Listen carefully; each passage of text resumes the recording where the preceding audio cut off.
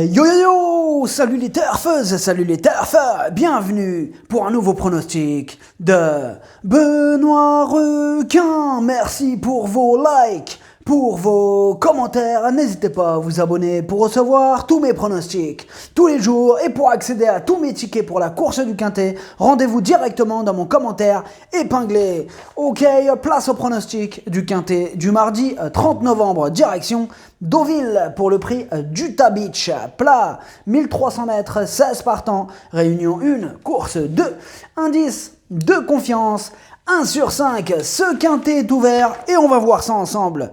Petit retour sur le Quintet du lundi 29 novembre, c'est le 2 qui a joué les troubles fêtes à plus de 60 contre 1. Ok, c'est parti, on commence le pronostic et on commence avec le numéro 1, le Brown. Et on écoute son entraîneur Charles Rossi. Le Brown vient de sauter un engagement, mais sachez que tout va bien pour lui. Il revient dans les handicaps mardi après avoir tenté sa chance dans un groupe. Il va tenter de confirmer le bien que je pense de lui malgré une valeur révissée à la hausse. Alors, ce que j'en pense de le Brown, il a remporté son dernier Quintet, c'était le 20 septembre, et même s'il aligne les échecs sur ce parcours, c'est loin d'être une impossibilité. Le numéro 2, Fayatan, et on écoute Gianluca Bietolini. Fayatan vient d'effectuer des débuts corrects dans les handicaps français tout en y confirmant mes craintes d'avant-course. En effet, en la valeur qui est la sienne, sa marge est inexistante. Le cheval est resté bien et semble apte à bien se défendre de nouveau. À l'issue d'un bon parcours, il ambitionnera une place. Alors, ce que j'en pense de Fayatan, ces 5 dernières courses, 5 échecs, on a surtout besoin qu'il nous rassure. Le numéro 3, Cher Calme, et on n'aura pas les commentaires de l'entraîneur de ce numéro 3. Alors, ce que j'en pense de Cher Calme, il est confirmé à ce niveau, il excelle sur ce parcours PSF, il peut faire mal. Le numéro 4, Kiavafushi, et on écoute Henri-Alex Pantal. Kiavafushi est bien sur cette distance et la PSF ne le dérange pas, bien au contraire. En dernier lieu, cela s'est bien passé, j'espère qu'il va bien courir, que tout se déroulera bien une nouvelle fois. Je le pense compétitif en valeur 40 pour ce retour dans les handicaps.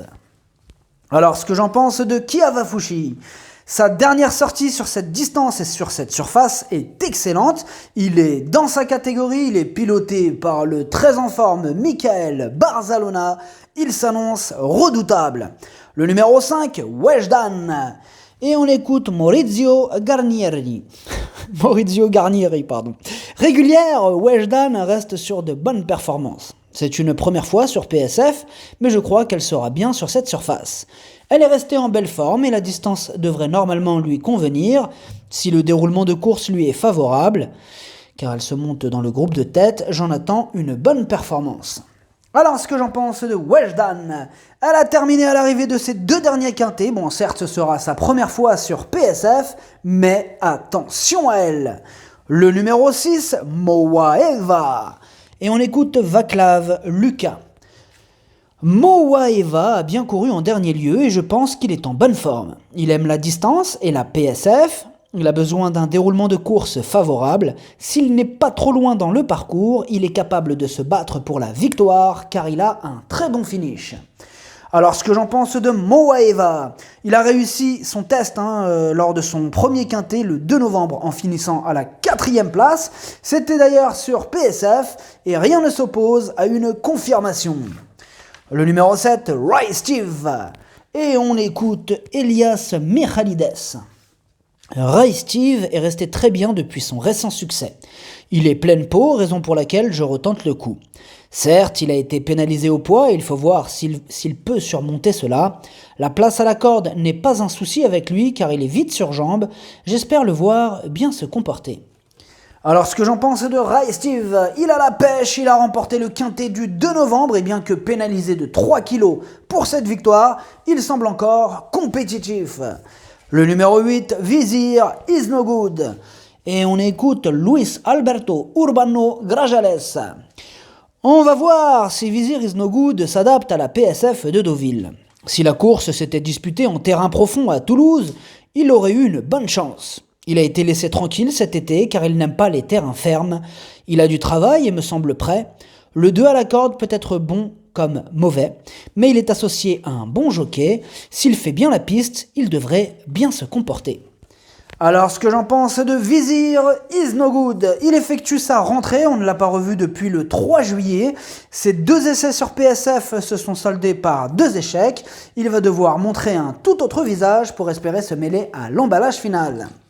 Le numéro 9, King Rob. Et on écoute Mathieu Boutin. King Rob reste sur 2 bonnes sorties, dont la plus récente dans un gros handicap. Je l'aligne mardi car je le trouve franchement resté au mieux physiquement le matin, en pleine forme et ayant déjà manifesté sa compétitivité sur la PSF. J'espère le voir une nouvelle fois bien se défendre à l'issue d'un bon parcours. Alors, ce que j'en pense de King Rob, il a le défaut de ne pas toujours répéter ses bonnes sorties, mais il vient quand même de terminer 4e du quintet du 18 novembre à Fontainebleau et il va tenter de continuer sur sa lancée. Le numéro 10, Tibasti. On écoute Romain Ledrenne d'Auleuse. Tibasti reste sur une bonne sortie au niveau qui nous intéresse. Ce cheval saisonnier revient au mieux actuellement. Sur la lancée de sa plus récente sortie, je suis logiquement optimiste pour une confirmation de sa part, même si j'aurais évidemment préféré tirer un plus petit numéro de corde avec lui. Alors, ce que j'en pense de Tibasti, il a terminé 3e du quintet du 2 novembre, il est confirmé sur cette PSF d'Auvillaise et il a encore une belle carte à jouer. Le numéro 11, Heartbeat. Et on écoute Mario Hofer. Pour le moment, ce n'est pas si facile pour Heartbeat dans un tel contexte. J'espère un bon déroulement de course. En outre, il y a l'inconnu de la PSF. Comme il y débute, il faut voir ce que cela va donner. Et oui, en effet. Alors, ce que j'en pense de Heartbeat, il a tenté 3 fois sa chance dans les quintets pour 3 échecs. Là, il passe aussi un test sur PSF et d'autres candidatures nous apportent de plus solides garanties. Le numéro 12, Red 50.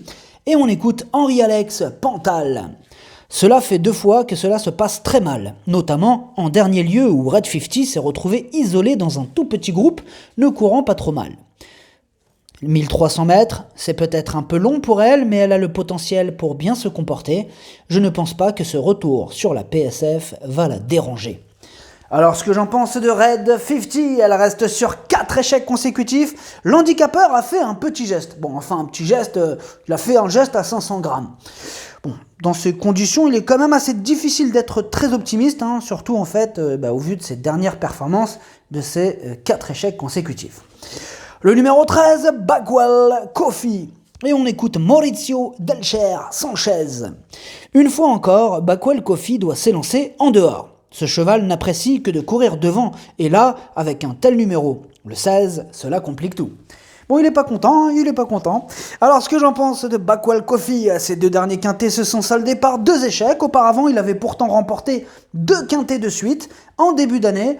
Affaire d'impression. Le numéro 14, Magic Vati. Et on écoute Stéphane Wattel. Magic Vati est régulier sur PSF et dans cette catégorie. Cela dit, la dernière fois, malgré un excellent parcours, il n'est pas parvenu à s'imposer, montrant qu'il n'avait pas une marge exceptionnelle. Mais on peut imaginer que si tout se passe bien, il soit une nouvelle fois à l'arrivée. Alors, ce que j'en pense de Magic Vati, il est en plein dans sa catégorie, il excelle sur PSF, il vient de terminer 2e du quintet du 2 novembre, il va en faire souffrir plus d'un sur sa route. Le numéro 15, Code of Silence. Et on écoute Luis Alberto Urbano Grajales. Pour Code of Silence aussi, c'est un test à ce niveau. Il vient de faire une rentrée un petit peu décevante, mais il a progressé sur cette tentative. Il apprécie la PSF. Il affronte ses aînés et ce n'est pas simple, mais il n'est pas trop mal situé dans les handicaps. Pour les 2, l'important est qu'ils fassent une bonne course et que l'on puisse voir s'ils peuvent un jour s'imposer à ce niveau. Alors, ce que j'en pense de Code of Silence, ce sera son premier quintet, il monte de catégorie, il reste aussi sur un échec au niveau inférieur, d'autres chevaux passeront en priorité. Le numéro 16, Essai transformé. Et on écoute Alain de Royer-Dupré. et s'est transformé, monte de catégorie suite à son succès dans un maiden dans le poulain. Mais le poulain est très bien et en progrès. Il est bien placé dans les stalles, c'est un poulain que j'aime bien, qui a beaucoup de marge de progression. Il n'est peut-être pas encore assez dur pour affronter ses aînés, mais il a de la classe. Alors, ce que j'en pense d'essai transformé. Il n'a que 4 courses à son actif et son manque d'expérience peut s'avérer préjudiciable, mais il a 3 ans et à cet âge, les chevaux progressent beaucoup d'une course à une autre. Il est d'ailleurs sur la montante, il a remporté sa dernière course, c'est une surprise possible. Le pronostic, ça donne 4, 10, 14, 7, 3, 5, 6. Merci d'avoir suivi cette vidéo. N'hésitez pas à vous abonner pour recevoir tous mes pronostics tous les jours et pour accéder à tous mes tickets pour la course du Quintet. Rendez-vous directement dans mon commentaire épinglé. À jouer avec modération. Bonne chance. Chopez-le moi. Ciao.